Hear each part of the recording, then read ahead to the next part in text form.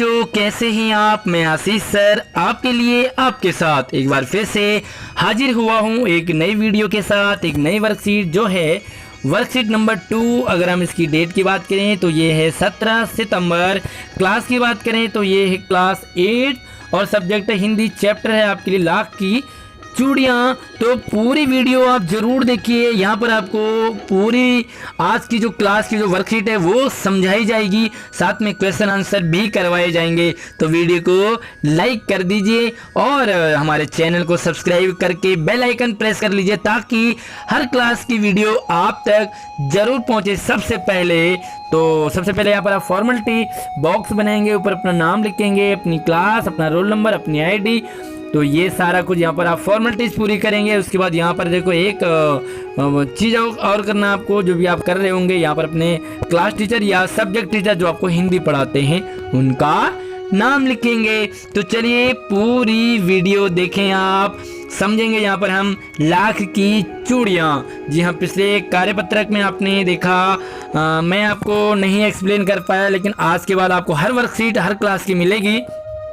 तो यहाँ पर देखो जो लेखक हैं वो अपने मामा के गांव जाया करता था गर्मियों की छुट्टियों में, और वहाँ पे उनको एक बदलू मामा दिखते थे, जबकि वो उनको बदलू काका कहा करते थे। वो लाख की चूड़ियाँ बनाने का काम करते थे और लेखक को भी लाख की सुंदर सुंदर गोलियाँ मिलती थी बना करके। बदलू नीम के पेड़ के नीचे बैठता था, अपना काम करता था, और भट्टी यानी कि जिसमें आग जलती है उसमें लाख पिघलाया करता था। प्यारे बच्चों, लाख क्या चीज़ है। अगर आप राजस्थान के हैं तो आपने देखा होगा आपके घर में बड़े बूढ़ी जो महिलाएं हैं वो लाख के पैरों में पहनते हैं, हाथों में पहनते हैं, बड़े बड़े मोटे मोटे कंगन होते हैं। तो ये पिक्चर में आप देख रहे होंगे ये लाख है। तो इसी तरह से आपके घर में अगर किसी कोई बड़े बूढ़े पहनते हो तो मैं कमेंट करके ज़रूर बताएंगे आप। तो यहाँ पर देखो लकड़ी के चौखट पर लाख के मुलायम होने पर उसे सलाह के समान पतला करके चूड़ी का आकार बनाता था और उस पर रंग करता था। तो अब आगे बढ़ते हैं कि बदलू यह कार्य सदा ही एक मचिए पर बैठता था। मचिया यानी कि चारपाई का आधा, चारपाई आपने देखी होगी तो उसका आधा होता है, उसमें आप बैठ सकते हैं, 2 लोग बैठ सकते हैं और उस पर बैठकर किया करता था, जो कि बहुत पुरानी थी। मचिया एक देशज शब्द है, इसे गांव में ही प्रयोग किया जाता है। देशज शब्द कहते हैं उसे। बगल में उसका हुक्का भी होता था। गांव में आपने देखे होंगे बड़े जो बूढ़े होते हैं वो हुक्का भी गुड़गुड़ाया करते हैं, जिसे वो बीच बीच में काम के दौर में वो गुड़गुड़ाया करता था। गांव में मेरा तो दोपहर का समय अधिकतर बच्चे खेलते कूदते हैं, लेकिन लेखक कह रहे हैं कि उनका अधिकतर समय कहाँ, बदलू के पास ही बीतता था। देखो बदलू के पास बीतना, आप भी उस इंसान को, उन टीचर को, उन पड़ोसियों को, उन रिश्तेदारों को अच्छा मानते हैं जो आपको कुछ खिलाते पिलाते हो, घुमाते हो। तो यहाँ पर देखो बदलू के पास लेखक को क्या फ़ायदा होता था। देखो वहाँ पर आम खाने को मिलते थे, वहाँ पर लाख की सुंदर गोलियाँ मिलती थी और वो चूड़ियाँ बनाते भी देखता था। तो यहाँ पे देखो मुझे वो एक और अच्छा लगता था कि लला कहते थे, है ना, तो लला भी कहते थे। और मेरे पहुँचते ही एक मचिया मेरे लिए भी मंगा देते और मैं भी फिर मचिए पे बैठता, घंटों चूड़ियाँ बनाते देखता रहता था। कैसे बनाता है, कितनी अच्छी चूड़ियाँ बनाता है और बड़े ध्यान से मेहनत से बनाता बदलू चूड़ियाँ। देखो क्या करता, लगभग रोज वो 4-6 जोड़े बना देता। अब एक जोड़ा 2 का हो गया तो 4-6 जोड़े यानी कि 8-10 वो चूड़ियाँ बना लेता था। अब यहाँ पे देखो क्या करता था, बड़े ध्यान से समझना कि पूरा जोड़ा बना लेने के बाद से बेलन पे चढ़ाता। बेलन जैसे कि आपकी मम्मी जिससे रोटियाँ बनाती है तो उस पर चढ़ाता। और आपने ये देखा कि वो कितने ध्यान से, कितनी मेहनत से चूड़ियाँ बनाता है कि वो बेलन पे चढ़ा करके वो उसे घंटों देखता रहता, ठीक है, और वो चुपचाप देखता। फिर क्या करता, जैसे कि नववधू यानी कि कोई नई दुल्हन है और ये उसकी कलाई है, उसका हाथ है और उस पर चूड़ियाँ पहनाई जा रही हैं। बदलू मनिहार था। तो मनिहार किसे कहते हैं, देखो आपने एक गाना सुना होगा, भजन सुना होगा कि मनहारी का वेश बनाया, श्याम चूड़ी बेचने आया। तो ये देखो मनिहार यानी कि चूड़ी बनाने वाले को कहते हैं मनिहार। तो चूड़ियाँ बनाना उनका पैतृक पेशा था। अब एक पैतृक जान लीजिए, पेशा यानी कि व्यवसाय, नौकरी कहते हैं जिसे, या अपना काम धंधा। तो पैतृक यानी कि पिता दादा से चली आ रही जो परंपरा है। देखो बदलू के दादाजी भी मनिहार थे, चूड़ियाँ बनाते थे। बदलू के पापा भी मनिहार थे, चूड़ियाँ बनाते थे। बदलू भी मनिहार है, चूड़ियाँ बनाता है। तो ये क्या है? पैतृक पेशा। तो समझ आ गया होगा आपको पैतृक पेशा। और वास्तव में वह बहुत ही सुंदर चूड़ियाँ बनाता था। इतनी अच्छी चूड़ियाँ वहाँ पर कोई न बनाता गाँव में। उस इलाके में उसकी बनाई हुई जो चूड़ियाँ हैं वो उस गांव की महिलाएं तो पहनती, इतनी खपत थी कि गांव की महिलाएं तो पहनती ही पहनती।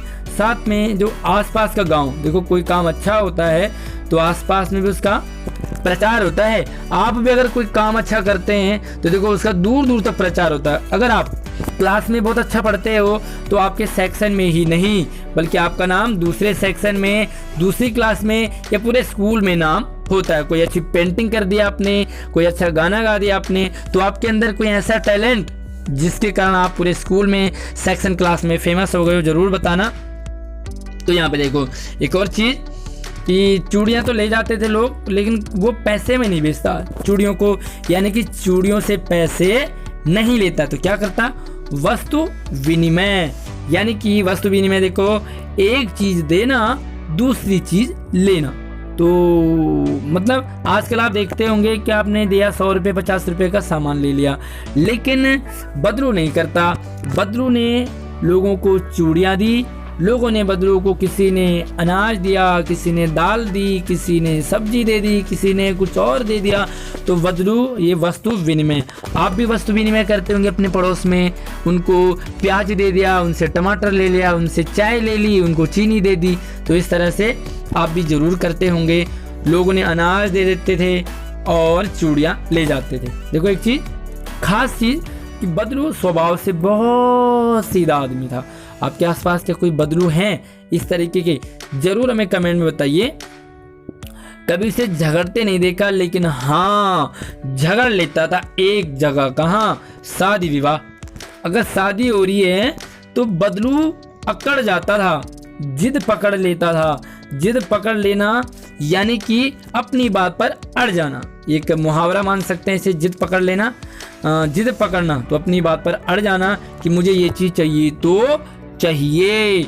और आखिर शादी वाली बात है, देखो जीवन भर चाहे उसने मुफ्त में चूड़ियाँ दे दी हो किसी को, लेकिन शादी में पूरी कसर निकाल देता था। कसर यानी कि हिसाब, और कसर निकालना मतलब पूरा वसूलना। कसर निकालना एक मुहावरा है, इसका अर्थ है वसूलना, हिसाब पूरा करना।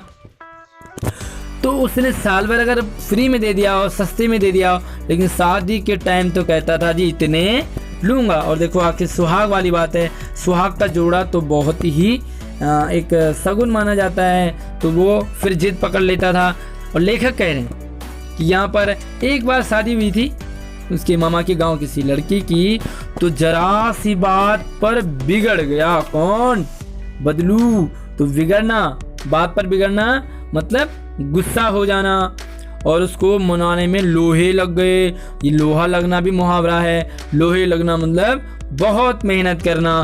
तो बदलू गुस्सा हो गया शादी में, उसकी मतलब मनपसंद नहीं दिया, तो फिर उसे मनाने में पसीने निकल गए। और विवाह के इसी जोड़े का मूल्य इतना बढ़ जाता था कि इसके लिए बदलू को देखो बहुत कुछ मिलता। क्या? उसकी घरवाली को कपड़े मिल जाते बहुत सारे, उसको अनाज मिल जाता बहुत सारा, और एक पगड़ी मिल जाती, और पैसे जो मिलते वो अलग। तो क्या क्या मिलता बदलू को? देखो घरवाली को कपड़े, घर के लिए अनाज, पहनने के लिए पगड़ी, और पैसे अलग मिल जाते थे। यदि संसार में बदलू को कभी गुस्सा होते हुए देखा हो, एक और जगह चिढ़ थी, चिढ़ना, तो वो किससे थी?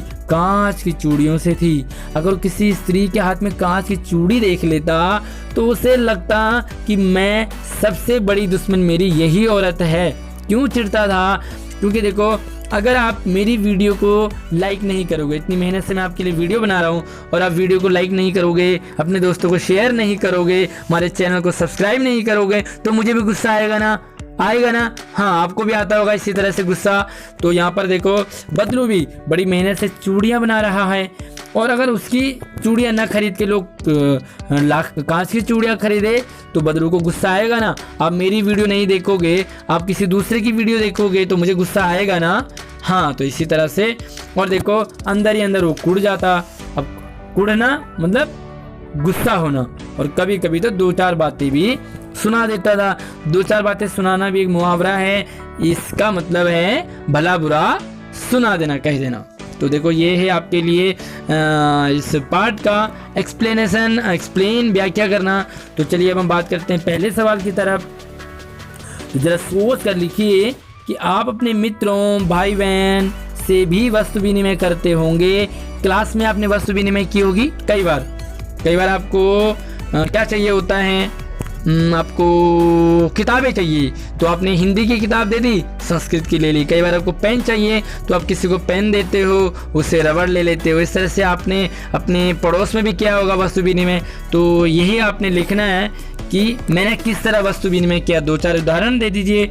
दूसरा सवाल देखो, बदरू गांव की स्त्रियों में हाथ में कांच की चूड़ियाँ देखकर क्यों गुस्सा हो जाता। अभी तो समझाया कि देखो कांच की चूड़ियाँ पहनती थी ले महिलाएं, तो उसे लगता था कि लोग मुझसे चूड़ियाँ नहीं खरीद रहे हैं, मेरी चूड़ियाँ शायद लोगों को पसंद नहीं आ रही, या लोग कांच की चूड़ियाँ खरीदेंगे तो मेरा घर चलना मुश्किल हो जाएगा। तो इसलिए वो कांच की चूड़ियों पर गुस्सा हो जाता था। आगे देखो, कहानी में आई नई पंक्तियों से पता चलता है, किन पंक्तियों से, कि बदरू को काम से बहुत प्यार था। तो देखो वो लाख पिघलाता, चूड़ियाँ बनाता और फिर उसे बेलन पर लगाता, और बेलन को ऐसे देखता जैसे कि किसी नई दुल्हन का हाथ हो, कलाई हो। तो देखो लगता है ना आपको कितना प्यार होगा। बनाने के बाद इस तरह से काम करता था। और ये वाला सवाल देखो कि कहानी में मैंने कहा ना आपको मुहावरे आए हैं बीच बीच में, जैसे लोहे लगना मतलब बहुत मेहनत करना। तो इसी तरह से और भी मैंने आपको मुहावरे बताए हैं, जैसे कुड़ जाना मतलब गुस्सा हो जाना, 2-4 सुनाना मतलब भला बुरा कह देना, और देखो यहाँ पर बात पर बिगड़ना मतलब गुस्सा हो जाना। इसी तरह से 1-2 और मुहावरे मैंने आपको बताए हैं, उन्हें भी आप लिखेंगे। और देखो आगे देखो, आप छुट्टियों में जिनके घर जाते हैं, आप कहीं भी जाते होंगे अपने गांव, मामा के, चाचा के, फूफा के, नाना के, कहीं भी जाते हो घर आप, तो उनके घर की दिनचर्या आपके घर से कैसे अलग है। देखो जी, सिंपल सी बात है प्यारे बच्चों, आपने देखा होगा आप जब दिल्ली में होते हैं, शहरों में होते हैं, तो आप क्या करते हो गर्मियों में, ईमानदारी से बताना कितने बजे उठते हो। 8 बजे, 9 बजे, 10 बजे, 11 बजे तक सोते रहते हैं बच्चे। आप कितने बजे उठते हो ज़रूर बताना। लेकिन गांव में चाहे कुछ काम ना हो, वो सुबह 6 बजे, 5 बजे या 7 बजे तक उठ जाते हैं। तो आपने ये लिखना है कि छुट्टियों में मैं अपने फलाने के घर जाता हूँ, वहाँ देखता हूँ कि जैसे हमारे घर में तो छुट्टियों में 9-9, 10-10, 11-11 बजे तक सोते हैं, लेकिन वहाँ सुबह इतने बजे उठ जाते हैं। मेरे घर में नाश्ता इतने बजे होता है, गांव में इतने बजे होता है। मेरे घर में लोग इस तरह से रहते हैं, वहाँ पर इस तरह से रहते हैं। मेरे घर में रात को इतने बजे सोते हैं, वहाँ पर इस तरह से सोते हैं। तो ये आपने उनकी दिनचर्या और अपनी दिनचर्या का अलग मतलब डिफरेंस दिखाना है। तो वीडियो को लाइक कर दीजिए, शेयर कीजिए अपने दोस्तों को, और हमारे चैनल को सब्सक्राइब करके बेल आइकन बजाइए ताकि अगली वीडियो सबसे पहले आप तक पहुंचे। तो मिलते हैं नई वर्कशीट में, तब तक आप अपना